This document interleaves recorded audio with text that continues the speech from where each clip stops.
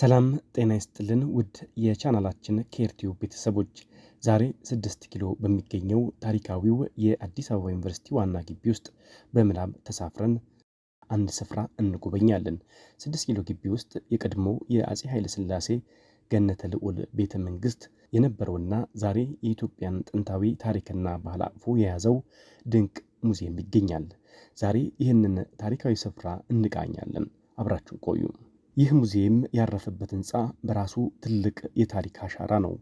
በ1920ዎቹ አጋማሽ በአፄ ኃይለ ሥላሴ ትእዛዝ የተገነባው ይህ ቤተ መንግስት ንጉሠ ነገሥቱ እስከ 1950ዎቹ ድረስ መኖሪያቸው አድርገውት የቆዩት ስፍራ ነው። ህንፃው በውስጥም ሆነ በውጩ ያለው የስነ ህንፃ ጥበብ የንጉሳዊ ቤተሰብ ክብርና ግርማን የሚያንጸባርቅ ነው። ወደ ሙዚየሙ ሁለተኛ ፎቅ ስንዘልቅ እጅግ ማራኪ የሆኑትን የንጉሱን የግል ክፍሎችን እናገኛለን።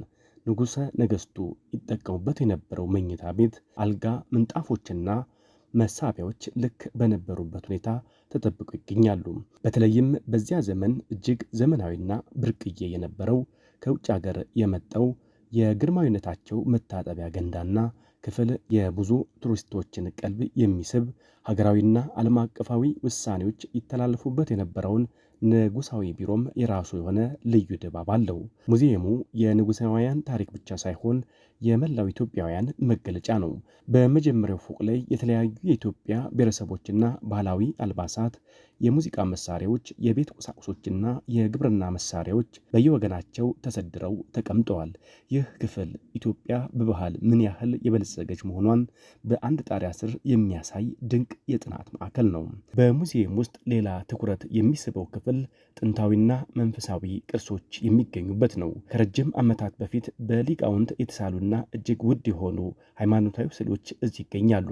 በተጨማሪም የቅዱስ ያሬድ የዜማ መጻሕፍትና ለቤተ ክርስቲያን አገልግሎት የሚውሉ የጥንት ንዋየ ቅድሳት ለታሪክ አጥኚዎች እና ለጎብኚዎች ቀርበዋል። ውድ የኬር ቲዩብ ቤተሰቦች፣ ይህ የ6 ኪሎ ዩኒቨርሲቲ ግቢ ውስጥ የሚገኘው ሙዚየም የሀገራችን የትናንት ማንነትና ክብርን ቁልጭ አድርጎ የሚያሳይ ትልቅ ሀብታችን ነው። አዲስ አበባ ውስጥ ሆናችሁ ይህንን ቦታ ካልጎበኛችሁት እንድትጎበኙት እንጋብዛችኋለን። ለዛሬ ያዘጋጀንላችሁ ዝግጅት ይህንን ይመስል ነበር። ቪዲዮውን ከወደዳችሁት ላይክ፣ ሼር ማድረጋችሁ እንዳትረሱ። ሰብስክራይብ በማድረግም ቤተሰባችን ይሆኑ። አስተያየት ካላችሁ በኮሜንት መስጫ ላይ አጋሩን። ስለተከታተላችሁን እናመሰግናለን። ኬር ይሁን።